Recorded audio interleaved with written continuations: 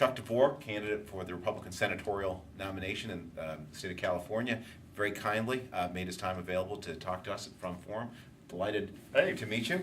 Good to meet you. We're going to talk for about 20 minutes. I want to give you the talking stick and give you a chance to really explain to us your message to the state of California. You've got probably a pretty tough fight ahead of you. First against absolutely. Republicans, then the Democrats. So let's hear first the message in the primary campaign.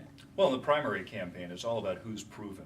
California has a long history of leaving wealthy, self-funded candidates kind of in the political graveyard. We have not yet in our history elected someone who is purely a self-funder to either the Senate or to the governor's mansion. It's just never happened. Many have tried, all have failed. I have a long history in the party where I was a college Republican chairman and at the age of 19.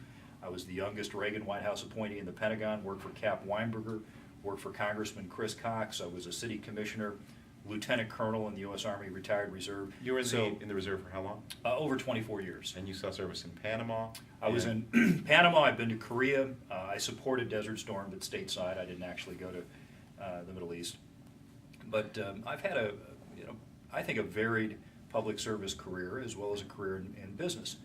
And as a result, I'm a known quantity. You're not going to get any surprises, either philosophical or unpleasant surprises in the middle of the campaign, because I'm a known commodity. Not so my main opponent in the primary, Carly Fiorina. She's never run for office before, and as a result, I believe she has a glass jaw, as you would say in boxing, that there are certain things that you saw kind of beginning to come out during her surrogacy for John McCain, certain issues that the DNC were attacking McCain through Fiorina on. Now, if California has a history of saying no to self-funders, the California Republican Party also has a history of getting whipsawed between people who delight the party in the primary, get everyone excited, and then prove themselves completely ideologically unacceptable to the general electorate. And so the question I guess people would have about you is, are you the next Bruce Hershenson? Well, of course, Bruce came the closest of anyone to defeating Boxer. He lost by just under 5 points, and he is the honorary chairman of my campaign. I think that people draw conclusions that might not necessarily be supported by the empirical evidence. A good example would be in the 2006 cycle where Schwarzenegger got reelected, and you had Insurance Commissioner Steve Poizner as the only two Republicans that won statewide office. Well, the individual that came the closest to winning but didn't make it was Tom McClintock, who is the most conservative partisan elected official in the state of California, is one of the people endorsing me, by the way. But does that contradict? Because doesn't that suggest you have a very conservative Republican Party that can take someone it likes quite far, but never far enough?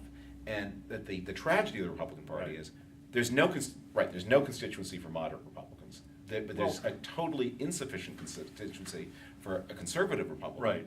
And you're going to let me give you the top out. Let me give you the countervailing argument.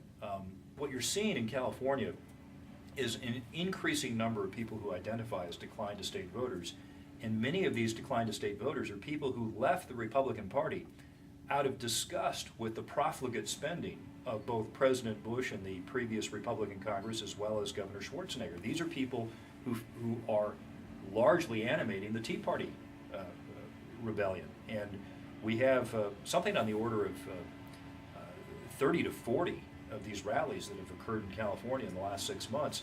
I've been invited to speak at more than any elected official in California has, because they don't trust most elected officials, because they view both parties as having been sellouts. I think that's what's unique right now, is you have this overwhelming anger about profligate spending.